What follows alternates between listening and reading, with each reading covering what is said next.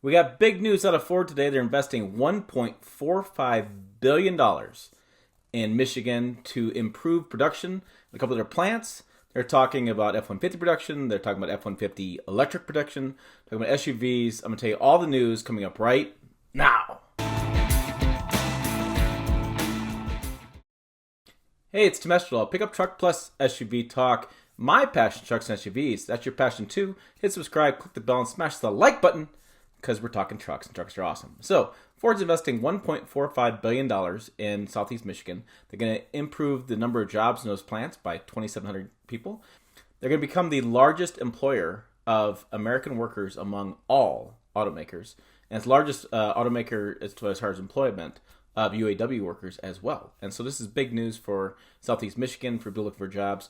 We're going to talk about these different plants. So I'm going to go ahead and put the press release on the screen. I'm going to show you some images, and I'm going to kind of walk you through what the plan is here. And I'm going to give you some thoughts on the end on why this is a really, really smart idea. So to start off, there are two Southeast Michigan facilities they're adding to. One's going to get 2,700 new jobs. Another one's going to be about 300. So it's $750 million will be added to Ford's manufacturing facility in Wayne, Michigan. This will build a new Ford Bronco and an all-new Ford Ranger and a new modification center to support autonomous vehicles and other vehicles. Yes, an all-new Ford Ranger. Got that news correctly. The company also invests $700 million at 300 new direct jobs at its Dearborn, Michigan facility. This produces the all-new Ford F-150, Ford F-150 Hybrid, and all-new electric F-150, including battery assembly. So the investment is, bolsters number of produced vehicles. It's really about the new F-150. Okay, so the takeaways from this news are clearly, we have a couple really big things. First, like I said, we know the Ford Bronco will be spring of 2020 will be revealed. And so they're going to do this investment, which means summertime the investment will be done, all wrapped up, production will be going. So dealership lots probably in the fall of 2020 or in the late summer of 2020. I've seen the Ford Bronco at dealerships. So that's pretty cool news. We don't know what that is yet. We do know it's going to make a smaller version and a bigger version. This would be the bigger version. We could base it on the racing prototype, which we don't know the powertrain. So still, it's like a puzzle with Ford, putting the pieces together, trying to figure out what the news is. We also know that there's a all-new Ford Ranger coming.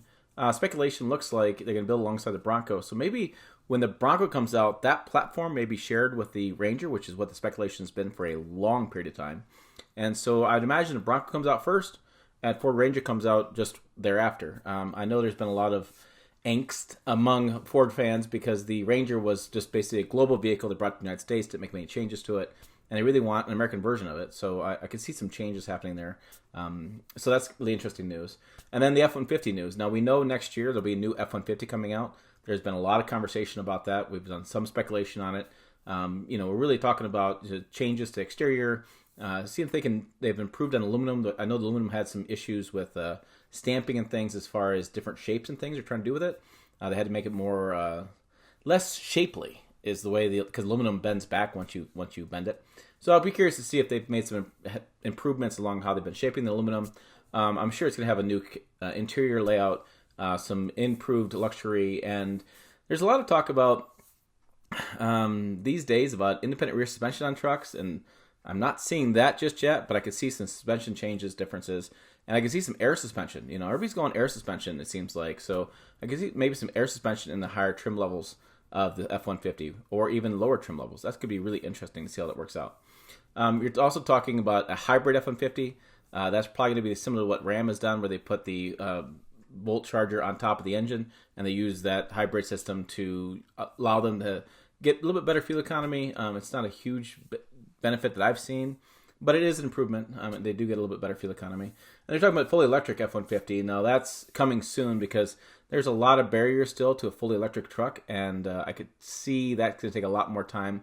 Really, the battery needs to improve. We need a smaller, higher density battery. We need something that can handle fast charging that doesn't degrade over time, something that can actually handle towing, and something that could be could last for a long period of time.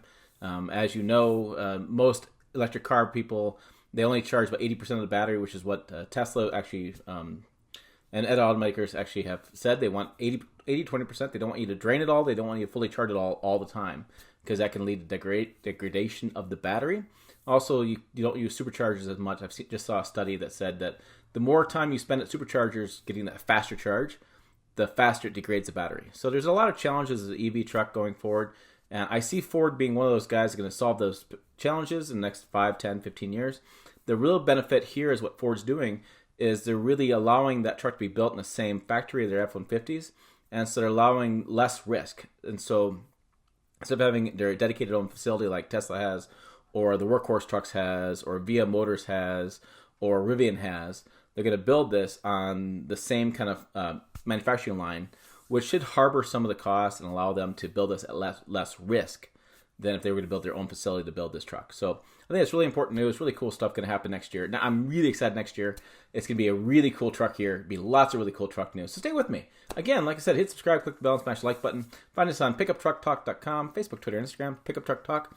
I share lots of funny images and memes over there. We have a great time. Make sure you find us over there. As always, thanks for watching. I'll see you down the road.